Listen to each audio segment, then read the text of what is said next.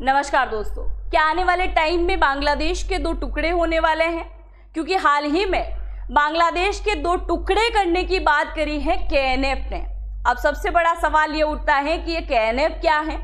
तो कुकी चिन national front, जो कि बांग्लादेश में एक्टिव एक बहुत बड़ा संगठन या फिर हम कहेंगे एक बहुत बड़ी आर्मी, जिनके द्वारा हाल ही में ये अनाउंस कर दिया गया कि हम एक अलग देश बना के रहेंगे, एक अलग स्वायत्त राज्य बना के रहेंगे, जिसके चलते इन्होंने एक नारा भी दिया है और यह नारा है no full state no rest. इसको देख के कुछ याद आया? आपको कुछ समय पहले एक वीडियो प्रोवाइड कराया था मैंने कि बोडोलैंड की डिमांड हम कर रहे हैं। भारत का पूर्वोत्तर राज्य असम, जहां बोडोलैंड की डिमांड की जा रही है और उनके द्वारा भी ऐसा ही नारा दिया गया कि जब तक बोडोलैंड नहीं मिल जाता तब तक हम रेस्ट नहीं करेंगे, आराम नहीं करेंगे। और कुछ उसी प्रकार का नारा दिया है कुकी चिन नेशनल आर्मी के द्वारा। अब सबसे बड़ा सवाल ये भी है कि ये कहाँ पे इन दिनों निवास करते हैं और ये अलग देश की डिमांड क्यों कर रहे हैं। देखिए, सबसे पहले अगर मैं आपको बताऊं कि ये कुकी चिन कहाँ निवास करते हैं, तो म्यांमार का ये जो इलाका है, ये वाला इलाका, ये है रखाइन प्रांत। और रखाइन प्रांत का नाम आपने सुना होगा, अभी कुछ दिन पहले ही बहुत ज्यादा चर्चा का विषय बना हुआ था।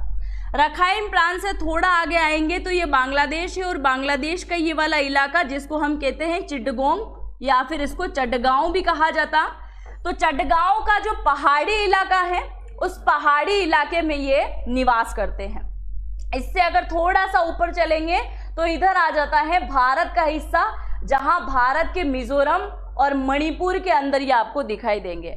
प्रमुख रूप से हम बात कर रहे हैं एक ऐसी जाति की जिसको हम कुकी कहते हैं, और उन्हीं का एक बहुत बड़ा संगठन है जो कि ये कहाँ काम करता है, ये काम करता है बांग्लादेश के चिटगोंग वाले इलाके में, खासकर पहाड़ी वाले इलाके में। अब ये बहुत ज्यादा चर्चा का विषय कैसे बना, इसको जानने से पहले हम ये जान लेते हैं कि कुकी संगठन की स्थापना किसने करी।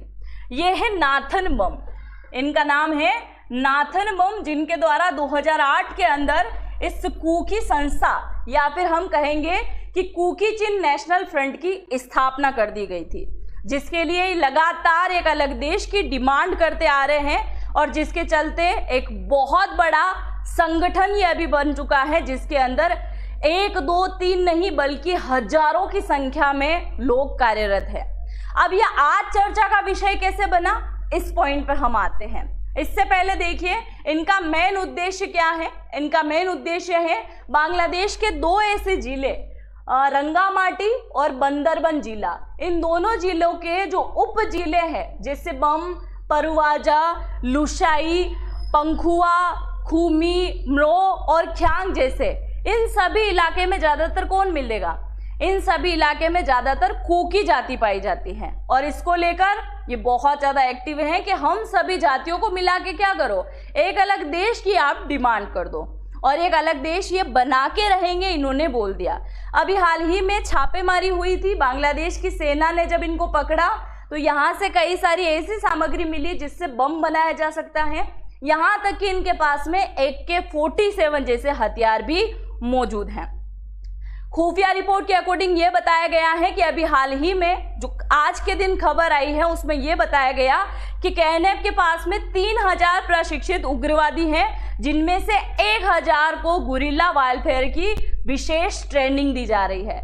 मतलब ऐसे तो ये 30,000 से भी ज्यादा सैनिक हैं, पर उनमें 3000 मुख्य सैनिक हैं और उन 3000 में से 1000 मुख्य सैनिक हैं जो कि गुरिल्ला की ट्रेनिंग ले रहे हैं। और सबसे बड़ी आश्चर्यचकित होने वाली बात यह है कि गुरिल्ला की ट्रेनिंग ले किससे रहे हैं, ये गुरिल्ला की ट्रेनिंग ले रहे हैं एक आतंकवादी संगठन से।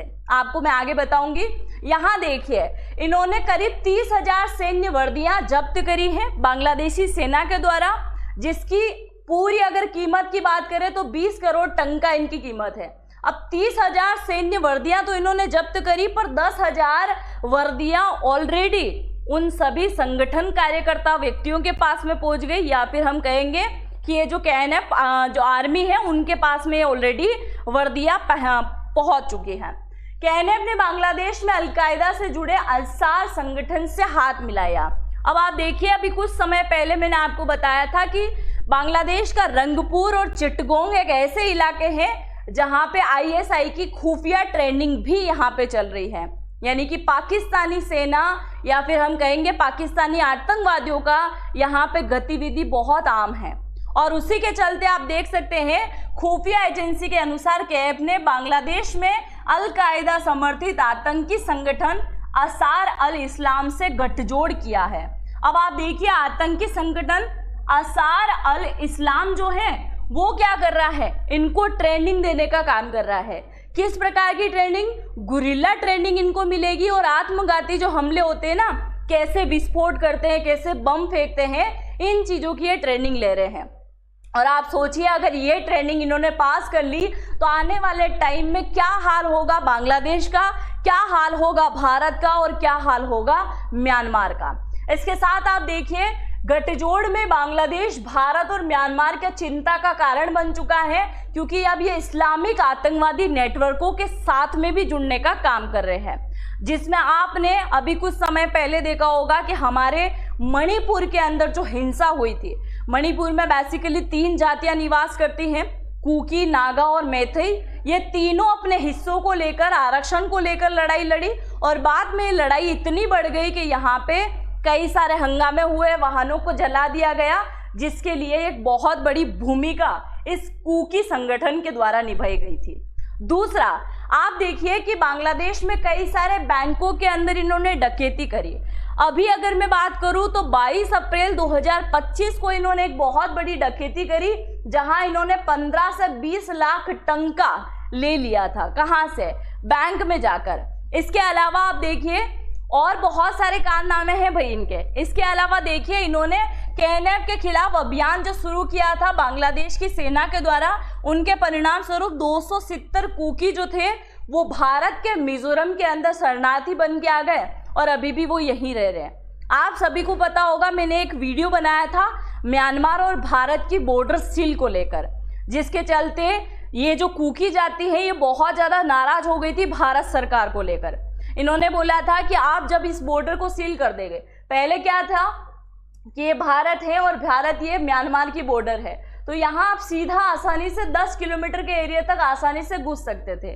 पर भारत सरकार ने हाल ही में क्या करवा दिया, यहाँ फेंसिंग करवा दी। पहले ओपन था, बिल्कुल खुली बॉर्डर थी, फेंसिंग करवाई, बायोमेट्रिक करवा दिया, जिसके चलते कुकी जनजाति बहुत ज़्यादा नाराज हुई।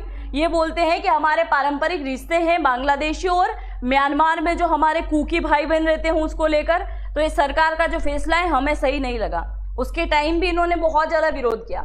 दूसरा, आप देखिए फरवरी 2023 की बात करें तो रैपिड एक्शन बटालियन में जमातुल अंसार फिद, ये बहुत सारे आतंकवादी संगठन हैं जिनके साथ में ट्रेनिंग लेते हुए पकड़े गए थे, जिसमें AK-22 राइफल्स और AK-47 और बम बनाने की सामग्री भी इनके पास में मिली थी।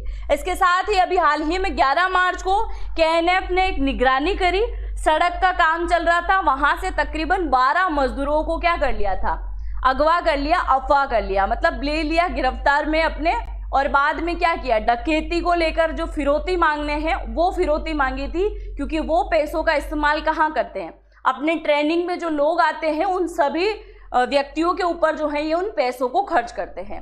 अब आप देखिए कुकी कहाँ कहाँ तक फैले हुए हैं, आप इस मैप से बहुत अच्छे से समझ सकते हैं कि ये कहाँ कहाँ तक फैले हुए हैं।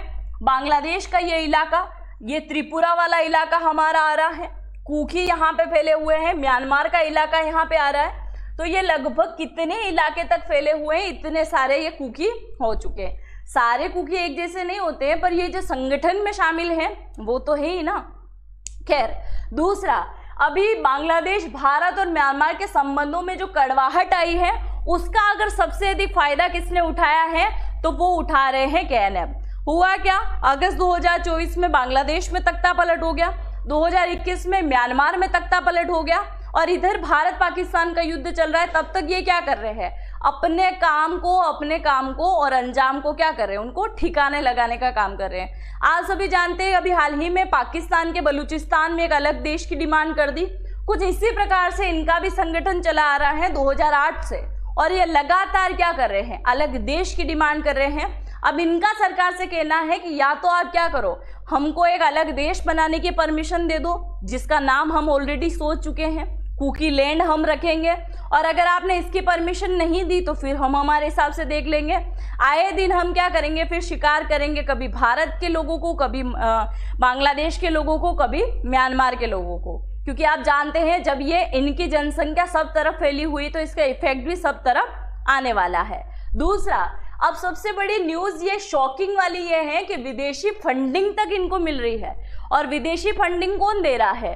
चाइना दे रहा है और अमेरिका दे रहा है। हालांकि ये प्रत्यक्ष रूप से सामने नहीं है, पर ये एक ऐसे देश है जो सब साइड घूमने का काम करते हैं, सब साइड की पंचायती इन देशों को है, जिसके चलते ये क्या कर रहे हैं, फंडिंग करने का काम कर रहे हैं। वहीं चीन पर म्यांमार में हित साधनों के लिए KNF को समर्थन देने का आरोप लगाया है। आप जानते हैं कि म्यांमार जो है आजकल बहुत ज़्यादा बात मानता है चाइना की, और दूसरा पाकिस्तान है वो भी बहुत ज़्यादा बात मानता है। तो ये फंडिंग कर भी रहा होगा तो हम इस चीज़ को अच्छे से मान सकते हैं। इसके अलावा नेहलून किपनेंग, जो कि इनके बहुत बड़े एक व्यक्ति संगठन के कार्यकर्ता थे, मार्च 2025 में उनकी पुण्यतिथि मनाई थी, तब भी इन्होंने एक बहुत बड़ी कसम खा ली थी कि हम आने वाले टाइम में जरूर एक अलग देश बना के रहेंगे, अलग राज्य बना के रहेंगे। अब आप मुझे ये बताइए कि इनका ये सब करना सही है कि गलत। अभी एक और न्यूज़ मैं आपको बताऊं, कुछ समय पहले हमारे भारत का जो लेंगपुई एयरपोर्ट है वहाँ पे कुछ अमेरिकी व्यक्ति आके उतरे थे, जहाँ पे कुकी जो पहाड़ी इलाके में निवास करते हैं, उन्होंने देखा कि कोई अमेरिकी दंपति यहाँ घूमने के लिए आया है। जब उनसे पूछताछ करी तो इनका कुछ खास रिप्लाई नहीं आया कि वो क्या लेने यहाँ पे आए। तो इनको लगा कि ये कोई खुफिया एजेंसी के व्यक्ति हैं, तो उनको मार पीट के इन लोगों ने भगा दिया। तो आप देखिए इनका रिएक्शन क्या है और आपको क्या लगता है। आपने पूरा वीडियो देखा है तो इनके बारे में आप क्या सोचते हो कि आने वाले टाइम में ये भारत के लिए खतरा बनेंगे, म्यांमार के लिए खतरा बनेंगे, बांग्लादेश के लिए खतरा बनेंगे? जो भी सोचते हो इनसे रिलेटेड जरूर से कमेंट सेक्शन में लिखिएगा। चैनल पे अगर पहली बार आए हैं तो चैनल को जरूर से सब्सक्राइब कीजिएगा, बेल आइकन को हिट करना बिल्कुल भी मत भूलिएगा। हम मिलते हैं नेक्स्ट वीडियो में, तब तक के लिए जय हिंद, जय भारत।